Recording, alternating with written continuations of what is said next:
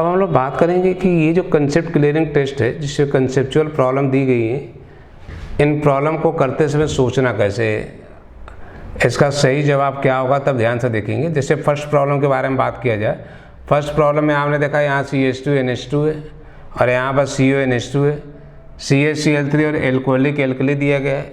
ये ऐसा रिएजेंट है जिसकी प्रेजेंस से कार्बाइल अमाइन रिएक्शन होती है, और कार्बाइल अमाइन रिएक्शन में मैंने आपको सिखा रखा है, कार्बाइल अमाइन रिएक्शन के बारे में मैंने आपको बता रखा है, सिखा रखा है कि जो प्राइमरी अमाइन होता है उसका NH2 हट जाता है। जो NH2 हट जाता है, NH2 हटा करके हम लोग NC लिख देते हैं, आइसोसाइनाइड का फॉर्मेशन करते हैं। कई बार मन में बात आती है कि NH2 तो यहाँ भी है, NH2 तो यहाँ भी है, तो आपको ध्यान रखना है ये वाला जो NH2 है, ध्यान रखेंगे NH2 के बगल में CO होने की वजह से एसिडेमाइड का है, तो इस वाले NH2 के साथ कार्बाइल अमाइन रिएक्शन नहीं होती क्योंकि एसिडेमाइड का है, ध्यान रखेंगे। तो काफ़ी अच्छी तरह से, काफ़ी डिटेल में मैंने आपको समझा रखा है। कार्बाइल अमाइन रिएक्शन को अच्छी तरह से रिवाइज करेंगे तो वहाँ पर आपको पता चलेगा कि ये वाला जो NH2 इसके साथ इस वजह से नहीं हो रहा है क्योंकि एसिडेमाइड का है, ये वाला जो NH2 प्राइमरी अमाइन का इस वजह से यहाँ पर रिएक्शन हो जाएगी, तो यहाँ पर होगी और यहाँ पर नहीं होगी, इस बात का ध्यान रखें। यानी इसका जो प्रोडक्ट लिखना था आपको ऐसा लिखना है, इस बात का ध्यान रखेंगे।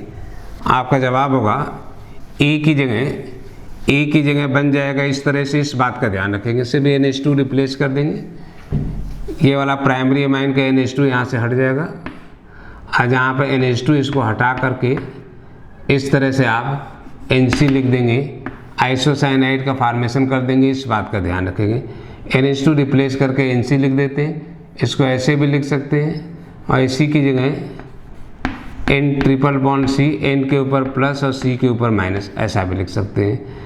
तो ऐसे भी लिख सकते हैं, इसी को इस तरह भी लिख सकते हैं, इस बात का ध्यान रखेंगे। यानी फर्स्ट प्रॉब्लम में A की जगह लिखना था आपको इस तरह से। तो जो लोग इन दोनों में से कुछ भी लिखिए, बस ध्यान रखना है इससे रिएक्ट नहीं कराना है। ज़्यादातर लोग जल्दीबाजी में इससे भी रिएक्ट करा देते हैं, इसलिए गलत हो जाता है। इससे हमें रिएक्ट नहीं कराना, ये ऐसे का ऐसे रहेगा, बस इस यहाँ वाला NH2 हटाना था। ऐसा भी उसकी जगह लिख सकते हो और ऐसा, दोनों में कुछ भी आपने लिखा है तो आपका जवाब बिल्कुल सही है। तो फर्स्ट प्रॉब्लम जो है इसका सही जवाब इस तरह से होगा, इस बात का ध्यान रखें। अब सेकेंड प्रॉब्लम की बात करें हम लोग। सेकेंड प्रॉब्लम में आपने ये दिखा कि नाइट्रोजन के साथ एक हाइड्रोजन है, सेकेंडरी अमाइन है। सेकेंडरी अमाइन पर हमें HNO2 को रिएक्ट कराना है। सेकेंडरी अमाइन पे HNO2 को रिएक्ट कराना है। तो HNO2 के बारे में मैंने आपको सिखा रखा है कि सेकेंडरी अमाइन पे HNO2 को रिएक्ट कराते हैं तो कुछ ऐसा काम होता है, यहाँ से H2 रिमूव कर देंगे। सेकेंडरी अमाइन पर जब HNO2 रिएक्ट करता है तो नाइट्रोजन H देता है, इधर से OH H2O रिमूव हो जाता है और नाइट्रोसो अमाइन का फॉर्मेशन हो जाता है, नाइट्रोसो अमाइन में कन्वर्ट हो जाता है, इस बात का ध्यान रखेंगे। तो यहाँ पर हमें ध्यान रखना है कुछ इस तरह से कि कन्वर्ट हो जाता है इसमें, इस बात का ध्यान रखेंगे। ये कन्वर्ट हो जाता है इसमें, इस बात का ध्यान रखेंगे। H2O रिमूव हो जाएगा, इस कंपाउंड का NO को नाइट्रोसो बोलते हैं, नाइट्रोसो अमाइन का फॉर्मेशन हो जाता है, ये वाला कंपाउंड बन जाएगा, इस बात का ध्यान रखेंगे। तो सेकेंड प्रॉब्लम को भी बड़े आसानी से आप कर सकते हैं। रिएक्शन आप HNO2 में काफ़ी डिटेल में अच्छी तरह से मैंने समझा रखा है, क्या करना है, कैसे करना है, सोचने के तरीके के हैं, इस बात का ध्यान रखेंगे। तो फर्स्ट प्रॉब्लम के बारे में आपको मालूम चल गया, सेकेंड प्रॉब्लम के बारे में आपको मालूम चल गया, इस बात का ध्यान रखेंगे। अब आप देखेंगे थर्ड प्रॉब्लम। थर्ड प्रॉब्लम में आपने ये दिखा कि बेंजीन के साथ NH2 एनिलीन है, एनिलीन के सामने NaNO2 और HCl दिया जाए, 0 to 5 डिग्री सेंटीग्रेड टेम्परेचर हो, तो आपको ध्यान रखना है जहाँ पे NH2 होगा, NH2 को रिप्लेस करके हम लोग N2Cl लिख देते हैं। बेंजीन के ऊपर आ जाता है N2Cl, इस बात का ध्यान रखेगा। डाइजोनियम सॉल्ट का फॉर्मेशन हो जाता है, तो इसके बारे में आपको मालूम है, डाइजोनियम सॉल्ट बना देते हैं, एनिलीन कन्वर्ट हो जाता है डाइजोनियम सॉल्ट में, इस बात का ध्यान रखें। फिर डाइजोनियम सॉल्ट को जब हम लोग H3PO2 से रिएक्ट कराते हैं तो N2Cl हट जाता है और कन्वर्ट हो जाता है बेंजीन में, इस बात का ध्यान रखेंगे। बेंजीन बना देता है, इस बात का ध्यान रखें। फिर बेंजीन के सामने CH3Cl AlCl3 होगा, तो मैंने बता रखा है एल्काइलेशन हो जाता है, एल्काइलेशन हो जाएगा, यहाँ से CH3+ मिलेगा, एल्काइलेशन हो जाता है, इस बात का ध्यान रखेंगे। एल्काइलेशन हो जाता है, यहाँ से CH3+ मिलेगा, वही जाकर बेंजीन पर जुड़ जाता है, तो आपका जवाब होगा यहाँ पर बेंजीन के ऊपर आ जाएगा CH3। फ्रीडल क्राफ्ट एल्काइलेशन हो जाएगा इस रिएजेंट की प्रेजेंस में। काफ़ी डिटेल में अच्छी तरह से मैंने सिखा रखा है। तो फ्रीडल क्राफ्ट एल्काइलेशन वाले रिएक्शन को एक बार ध्यान से देखेंगे तो आपको पता चल जाएगा बेंजीन पर CH3 आ जाएगा। फिर आपको मालूम है बेंजीन के ऊपर CH3 आ गया, अब ये एक्टिवेटिंग की तरह काम करेगा और इसके सामने रिएजेंट HNO3 और H2SO4 है। तो जब बेंजीन पर एक्टिवेटिंग लगा होगा और जब उसके सामने कोई रिएजेंट आता है तो वहाँ से जो इलेक्ट्रोफाइल मिलता है आर्थो और पैरा पर जाता है। ये एक ऐसा इलेक्ट्रोफाइल है जिसकी प्रेजेंस से नाइट्रेशन होता है, ये देता है हमें NO2+, नाइट्रेशन करेगा। तो इस तरह से हमने ये देखा कि अब यहाँ पर बेंजीन पर CH3 एक्टिवेटिंग होने की वजह से जब हम लोग नाइट्रेशन करेंगे तो बनेगा कुछ इस तरह से। बेंजीन के ऊपर CH3 है, एक बार आर्थो पोजीशन पे NO2 आ जाएगा और एक बार पैरा पोजीशन पे NO2 आ जाएगा। इस तरह का काम हो जाएगा। सारी बातें आपको मालूम है। वही CH3 एक्टिवेटिंग रिएजेंट ऐसा है जो NO2+ देगा। एक्टिवेटिंग में रिएक्शन आर्थो पैरा पर होती है, इसीलिए इसमें आर्थो और पैरा पर NO2 आ जाएगा। इस बात का ध्यान रखेंगे, आर्थो पैरा पर NO2 आ जाएगा। अगर एक लेकर आगे बढ़ना होगा तो पैरा को ले लेंगे क्योंकि पैरा वाला ज़्यादा स्टेबल होगा। एक लेकर आगे बढ़ना होगा तो पैरा को, कुछ न बोला जाए तो दोनों को ले लेंगे। तो इस तरह से आप सोच लेंगे। अब इसके बाद आपको मालूम है SN और HCl है जो कि रिडक्शन करता है। मैंने सिखा रखा है कि NO2 का रिडक्शन करते हैं तो NO2 की जगह NH2 आ जाता है। तो इस तरह से हमने ये देखा, कि जब हम लोग इसके साथ रिडक्शन करेंगे, जब हम लोग रिडक्शन करेंगे तो ये कन्वर्ट हो जाता है इसमें। तो आपका जवाब ये होगा कि बेंजीन के ऊपर यहाँ पर CH3 है, जहाँ पर NO2 है उसकी जगह NH2 आ जाएगा। NO2 की जगह NH2 आ जाएगा। इस बात का ध्यान रखेंगे। तो बड़े आसानी से आप सोच लोगे, इस तरह से लिख लोगे कब और क्या करना है, इस बात का ध्यान रखेंगे। तो ऑर्गेनिक केमिस्ट्री में आपको ध्यान रखना है, याद करके आप कुछ नहीं कर सकते। सोचने के तरीके मालूम होने चाहिए।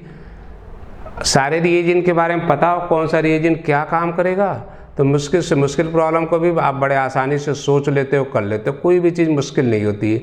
सोचने के तरीके, स्टाइल, प्रोसीजर आपको मालूम होना चाहिए। तो आपको मालूम चल गया कि फर्स्ट प्रॉब्लम कैसे करना है, सेकंड कैसे करना है, थर्ड कैसे करना है, किस रिएजेंट के प्रेजेंस से क्या होगा, सारी बातें आपको मालूम है। तो कोई भी अब इस तरह की प्रॉब्लम दी जाएगी, आप देखते ही सोच लेंगे कब और क्या होगा। फोर्थ प्रॉब्लम है, ध्यान रखेंगे। फोर्थ प्रॉब्लम में यहाँ से पूछा ये जा रहा है कि जो नाइट्रोजन है, नाइट्रोजन को आपने ये देखा कि यहाँ पर नाइट्रोजन के साथ कोई हाइड्रोजन नहीं है, इस तरह की चीज़ें दी गई। तो आपने ये देखा कि टर्सरी अमाइन है। इस बात का ध्यान रखेंगे। टर्सरी अमाइन आपको दे दिया गया है, HNO2 को रिएक्ट कराना। और आपको पता है, मैंने सिखा रखा है कि टर्सरी अमाइन पे HNO2 वाली रिएक्शन नहीं होती है। तो हमने ये देखा कि नाइट्रोजन के साथ हाइड्रोजन ही नहीं है, नाइट्रोजन पर हाइड्रोजन नहीं है, H2O रिमूव नहीं हो पाएगा, तो टर्सरी अमाइन के साथ HNO2 वाली रिएक्शन नहीं होगी। तो इससे हमें लिख देना था नो रिएक्शन, यानी यहाँ कुछ भी नहीं बनेगा। इस बात का ध्यान रखेंगे, कोई प्रोडक्ट नहीं बनेगा, नो रिएक्शन लिख देंगे तो आपका जवाब सही होगा। इस बात का ध्यान रखेंगे, क्योंकि टर्सरी अमाइन है, नाइट्रोजन पर हाइड्रोजन नहीं है, H2O रिमूव नहीं होगा, इस वजह से ये वाली रिएक्शन नहीं होगी। इस बात का ध्यान रखेंगे। अब आपने ये देखा जो फिफ्थ प्रॉब्लम है, इसको ध्यान से देखेंगे। फिफ्थ प्रॉब्लम को अगर ध्यान से देखें तो ये भी टर्सरी अमाइन है, बहुत अच्छी प्रॉब्लम है, ध्यान से देखेंगे। यहाँ पर हमने देखा नाइट्रोजन के साथ आपने देखा कि जो एल्काइल लगे हुए हैं, आपने देखा कि यहाँ पर हाइड्रोजन नहीं है, टर्सरी अमाइन ये भी है। अब यहाँ भी मन में वही बात है कि भाई HNO2 से रिएक्ट कराना है तो रिएक्शन नहीं होनी चाहिए।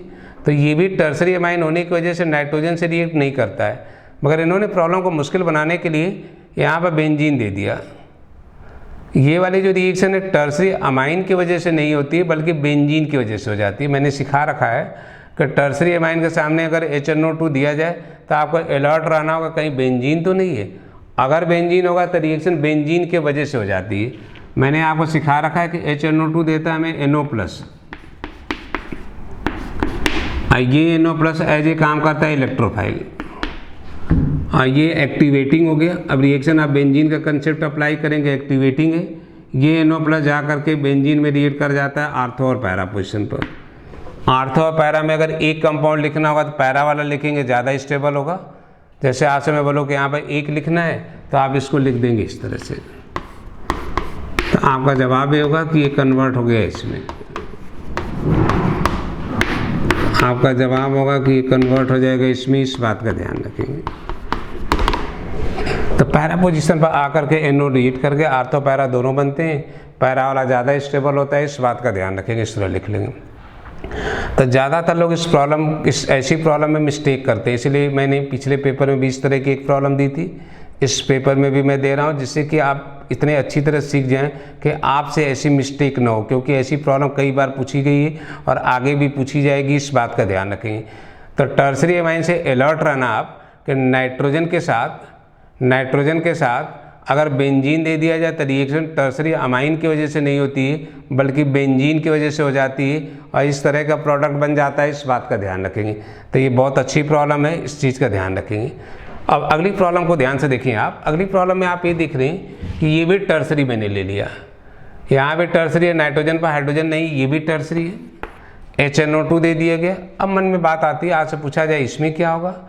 तो इसमें जब रिएक्ट कराते हैं तो कुछ लोग यहाँ से NO+ को भेज देते हैं इस पैरा पोजीशन पर। कुछ लोग क्या करते हैं कि यहाँ से NO+ लेते हैं और इसको भेज देते हैं पैरा पर।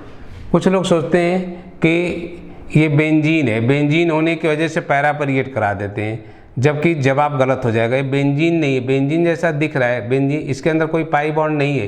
तो अलर्ट रहना होगा कि रिएक्शन तब कराएंगे जब बेंजीन होगा, ये बेंजीन है ही नहीं। इस वजह से आपको ध्यान रखना, सावधान रहना होगा कि अगर ऐसा दे दिया जाए, अगर बेंजीन ना हो तो वहाँ पर रिएक्शन नहीं होगी, तो इसमें रिएक्शन नहीं होगी। यहाँ पे नाइट्रोजन के साथ हाइड्रोजन नहीं है, टर्सरी एमाइन की वजह से रिएक्ट नहीं करेगा, इस बात का ध्यान रखेंगे। तो छोटी छोटी बातें हैं जिनका हमें ध्यान रखना है। यहाँ पर रिएक्शन इस वजह से हो गई थी, बेंजीन था। कई बार जल्दीबाजी में इसको बेंजीन समझ कर रिएक्ट करा देते हैं, जवाब गलत हो जाएगा। तो ये बेंजीन नहीं है, टर्सरी एमाइन है, हाइड्रोजन नहीं है, इस वजह से आपको ध्यान रखना है, रिएक्शन नहीं होगी, इस बात का ध्यान रखेंगे। तो आपने ये सीख लिया कि टर्सरी एमाइन में घुमा फिरा कर जितने तरह से प्रॉब्लम दी जा सकती है वो सारे केस मैंने दे दिया। आपको अलर्ट रहना होगा और बड़े आसानी से आप सोच लेंगे कब और क्या होगा। तो रिएक्शन आप HNO2 से रिलेटेड कोई भी प्रॉब्लम दी जाए, जितने तरह से घुमा फिरा कर प्रॉब्लम दी जा सकती है वो सारे तरह की प्रॉब्लम मैंने पेपर में दे दी। अब इस लायक आप बन चुके हैं कि जो मैंने इसकी वीडियो बना रखी उसको ढंग से देख लें और जो पेपर में प्रॉब्लम मैंने पूछी इसको आप कर लें। इसके बाद कहीं से कोई भी प्रॉब्लम दिखे उसको कर सकते हैं, किसी भी टाइप से घुमा फिरा कर प्रॉब्लम दी जाएगी उसके बारे में आप सोच लेंगे, उसको कर सकते हैं। तो जो आपका पेपर होता है कंसेप्ट क्लियरिंग टेस्ट में लेता हूँ, ये आपके लिए बहुत इंपॉर्टेंट है। जितनी भी वीडियो आप पूरे हफ्ते देखते हैं उनसे रिलेटेड प्रॉब्लम मैं पूछता हूँ और जहाँ जहाँ मिस्टेक हो सकती है वो सारी प्रॉब्लम मैं क्लास में इस पेपर में दे देता हूँ, जिससे कि जो मिस्टेक होनी अभी हो जाए, बाद में आपसे मिस्टेक ना हो, पेपर में आपसे मिस्टेक ना हो, इस बात का ध्यान रखेंगे। तो अब तक जितनी वीडियो आपने देखी है सभी से रिलेटेड प्रॉब्लम जो कंसेप्ट क्लियरिंग टेस्ट है इसमें मैंने पूछ लिया है, वो सारे प्रॉब्लम को बीच बीच में आप रिवाइज करते रहेंगे, जिससे कि जो भी आपने सीखा है वो सारी चीज़ें आपको ध्यान रहे। अब आपका काम सिर्फ है कि जो भी वीडियो आपने देखी है, जो भी वीडियो क्रैश कोर्स के आपने अटेंड की, उसका अच्छे से रिवीजन करना, प्लस जो पेपर आपने दिया है इसको अच्छे से करना। इसके बाद आप ऐसे बन जाएंगे, किसी भी टाइप की प्रॉब्लम दी जाएगी, ध्यान रखना। अगर आप सीरियसली मेरी वीडियो को अटेंड कर रहे हैं तो किसी भी टाइप की प्रॉब्लम दी जाएगी, आपसे मिस्टेक नहीं होगी, क्योंकि हमें पता है एग्जाम में क्या आता है, आपसे मिस्टेक कहाँ पर होती है और उनसे बचा कैसे जाए। तो वीडियो बनाते समय उस चीज़ का मैं ध्यान रखता हूँ, पेपर में मैं उस चीज़ का ध्यान रखता हूँ। इन दोनों चीज़ों को मिला करके आप ऐसे बन जाएंगे कि आपको ज़्यादा दिमाग लगाने की ज़रूरत ही नहीं होगी। तो बस आपका काम है वीडियो का रिवीजन करना और प्लस जो पेपर दिए गए इसको आपको अच्छे से करना है। इसके बाद आप पूरे में पूरे नंबर ला सकते हैं, पूरे में पूरे नंबर आपके आएंगे और आप ला करके अच्छी रैंक के साथ आप सेलेक्ट होंगे। इस चीज़ का आपको ध्यान रखना है। तो इसके आगे बात करेंगे हम लोग अगली वीडियो में, अगले पेपर में। इस तरह से आपको ध्यान रखना है।